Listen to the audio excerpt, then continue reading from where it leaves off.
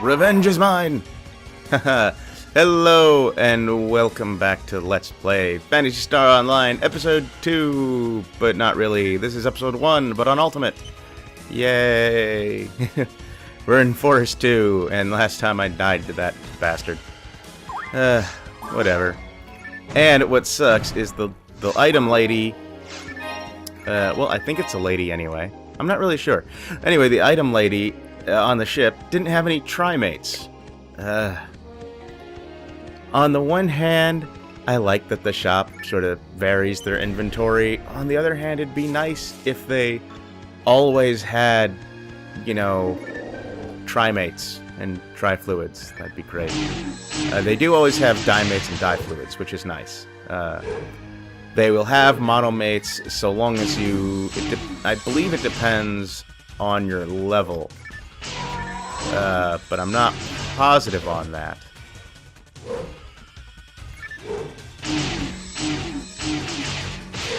Ooh, that's close. That is close. Aha. Okay. Man.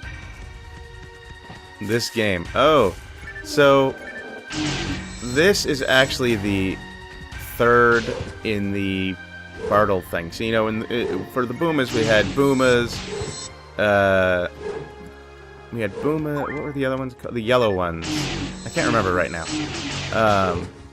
We had the Boomas, the yellow Boomas, which I forget what they were called, and then we had the Gigo Boomas, which were the third one. Talos are actually the third Bartle in the Bartle family. You know, they're more of a, they're not really in the, I mean, it's the same.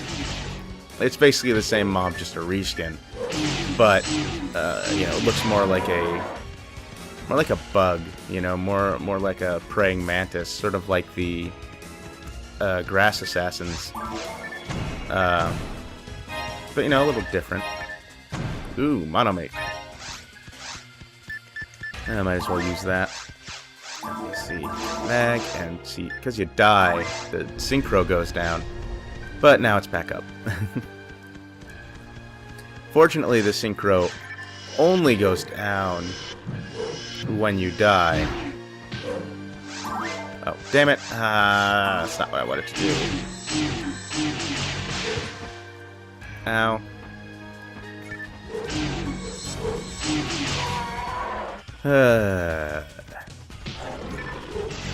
Gulgus Wolf. I do like that with this game, you know, in a lot of games, especially older ones, you don't really know what the names of the enemies are, because they never really tell you. You know, so you're not. I mean, in RPGs you usually know because it you know, shows you the names of what you're fighting. But you know, in games like in a lot of action games, you don't really know what enemies are called. You know, I mean, like Super Metroid and Mega Man, you know, in Mega Man, you know the name of the boss you're fighting, because they tell you, but you don't really know the names of all the random enemies you fight in the levels necessarily, because their names don't appear above their heads. Now, in Mega Man X, they did something interesting where they actually put instead of like credits, they put the names of all the enemies and stuff, and like stats of the bosses and that kind of thing, which is cool. But you know, they didn't actually show pictures of all the enemies, so you didn't necessarily know what enemies were what.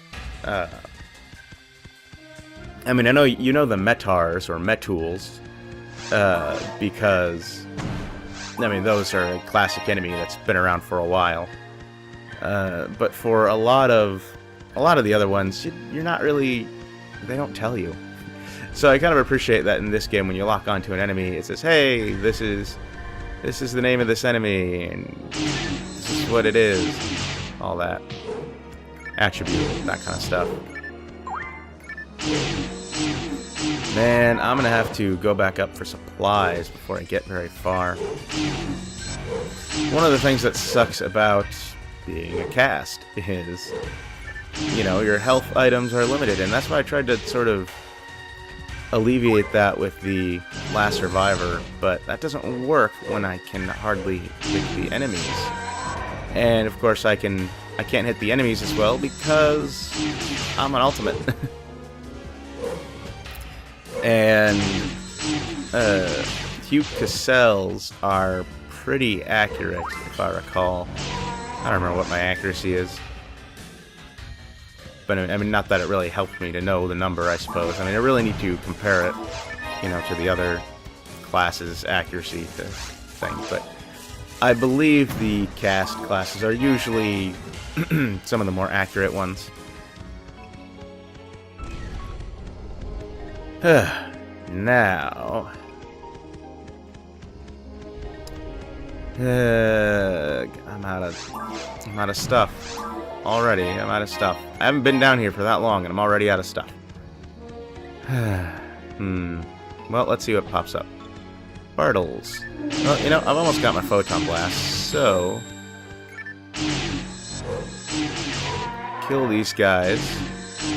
Because as long as I have that yellow ring, and I think I've mentioned this before, I can't be hit. And my mag looks... This character looks really awesome with the mag, because it looks like wings, and it's cool.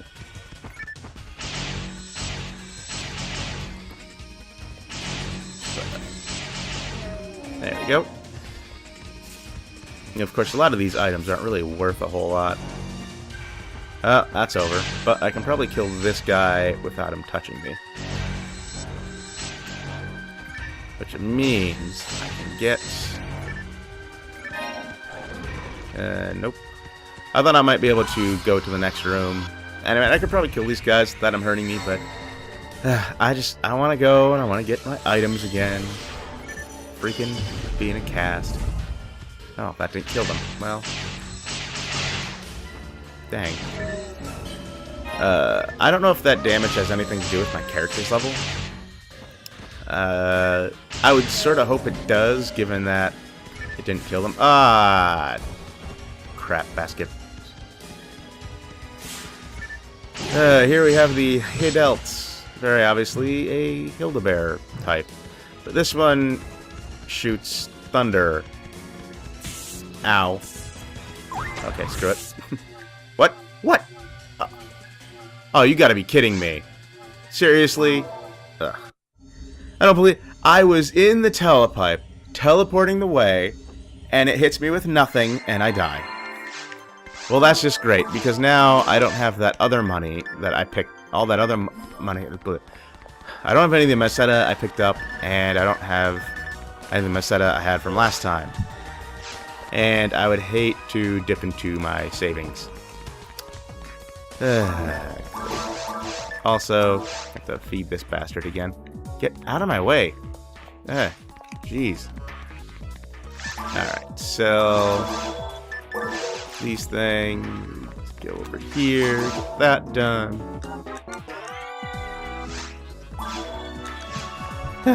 You know, I never really used rods in this, and there's a good reason for that. There's no reason to use rods, or clubs for that matter, as a force. The only weapon that's worth bothering to use as a force... Ooh, super resist. Only does by 6 though. The only weapon that's worth bothering to use are the... 5, really. Damn it. Are the wands, because they actually give you... They actually boost your MST, you know? And... I don't know why... I mean, I don't know why the others didn't do that, you know? I mean, Force is so weird. I mean, it's... At the end of the day, it's not that weak. But at the same time, it's not that powerful, you know? I mean, if you play the class properly, and you... Where... I want these. If you play the class properly, and... excuse me. and boost the stat that matters, boost your MST, then you can do pretty good damage, and especially if you use the right spells. But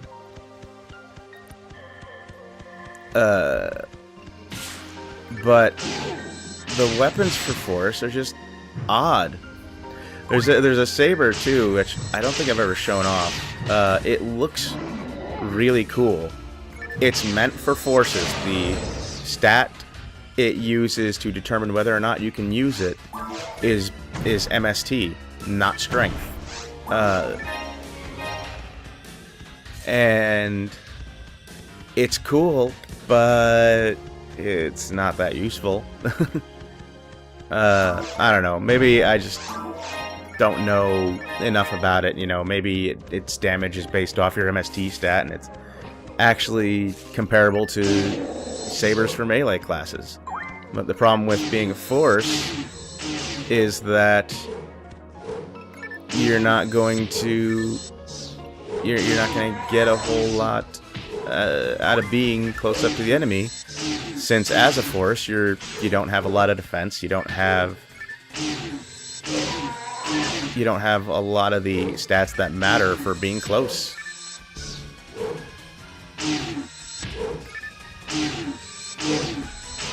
There we go.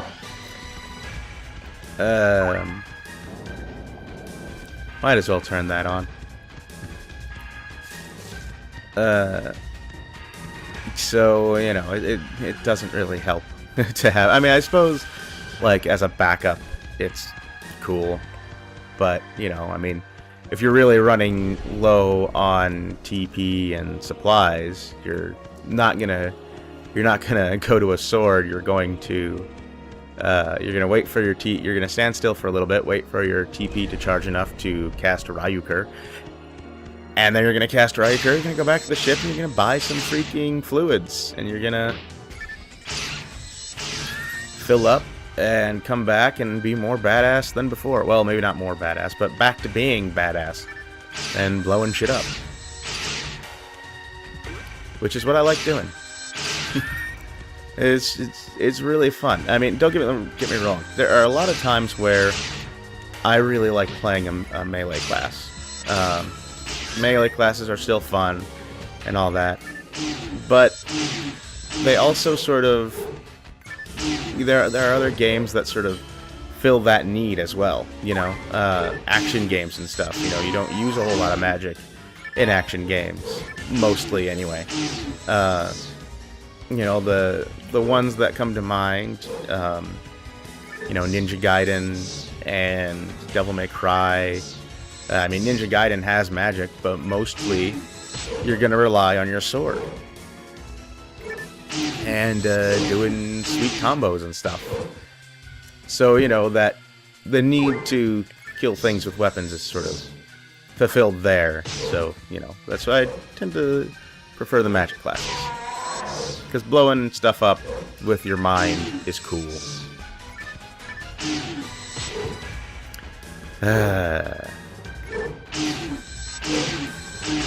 I remember when I had a lot more fun playing this. I mean, don't get me wrong. This game is still... It's still nostalgia for me to come back and play it. But that's more or less all it is these days. I don't think this game has held up as well as some other classics that came out around, well, sort of around the same time. I mean, Legend of Zelda Ocarina of Time is a perfect example of a game that, came out a long time ago, but still holds up really well today. It's still a lot of fun. And if it came out today, I mean, it would get, it would get points taken away for graphics and sound not being up to the same level as Halo and stuff. But the gameplay and stuff is still fantastic. And it's one of the reasons it's still one of the greatest games of all time. And Phantasy Star Online is actually on that list, but it's much lower because it doesn't, you know, there are things about it that, you know, they don't hold up as well, and that's okay. Ah, jeez, I don't know what's wrong with me. I'm getting hit. That's what's wrong with me. Come on. Okay. And you know, that's one of the reasons Phantasy Star Universe is not as good, is because it doesn't improve all that much on Phantasy Star Online, and that's the big problem. You know, if it's not, since it doesn't improve on it much, it still feels like a game that should have come out much earlier. Now, if the game had come out, if Phantasy Star Universe had come out, say, 5 years before, I think it would have done much better. But the fact that it came out at the end of the PlayStation 2's lifespan, literally at the end of the PlayStation 2's lifespan, just sort of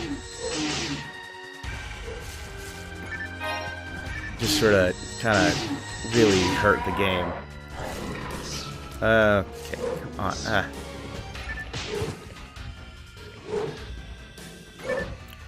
And I mean, I could LP Universe, but I don't really want to. Mostly because I can't finish the story, because there are online quests and stuff that were only online that I can't do. It's simply not possible for me to do them, which is a shame. So I mean, I could, you know, I could do Universe, but you know, I mean, I could do the story of the first game. I could do the online story of the first game, but I couldn't do any of the content that came out afterwards, which would leave, you know, a big gaping hole. And also, the first Phantasy Star portable game is part of that too, and I don't have that one. I mean, I do have a PSP. I have the cable to connect the PSP through Component. I haven't actually tried it yet. I should do that. But I don't have the first game. I have the second game. You know, I have Phantasy Star Online Portable 2, which I suppose I could LP. Mostly because, well, I mean, I suppose the first Phantasy Star Universe on its own is a complete story. So, I mean, I think where it ends, I could play it and it would be fine. I don't know about Portable 2 so much. I would assume it's a complete story. I mean, so far, the beginning of it is, but I haven't reached the end yet.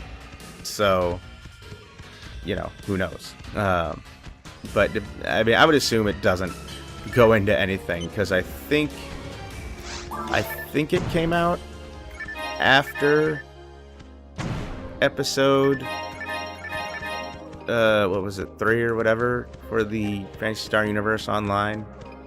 I don't remember. I think. I'm not sure. Maybe it did, maybe it didn't. I don't know. You know, now that I think about it, I don't know if I ever finished the episodic online content for Phantasy Star Universe. I can't remember. I don't remember if I finished it or not. I think I probably might have, but then I didn't continue to play the game, you know, before it was taken offline. And as far as I know, and I think I've mentioned this before, I don't know that the fan server projects have gone anywhere. Those fan server projects, and I'm going over 20 minutes again, damn it. Those fan server projects, sheesh, this is not going well. Those fan server projects, you know, I haven't checked up on them in a while, but unlike the Phantasy Star Online fan servers, and I may have mentioned this before, and I'm not entirely sure on the details, but for Phantasy Star Online, the data connection for what Phantasy Star Online Blue Burst received, and the disks received to connect to the server, the data they got was unencrypted. So it was not illegal to copy that unencrypted data, to capture it as it came in. However, for Phantasy Star Universe, that data was encrypted. And so breaking that and reverse engineering the server software from it isn't okay. that is illegal, technically. So if Sega wanted to stop these servers from popping up and sue them, they could. But I suppose I should check in on those, see how they're doing. Anyway, I'm going to grab this box, and before I go back there, I'm going to call it here. And I hope you've enjoyed the video. And thank you for watching, and I'll see you guys next time. Later.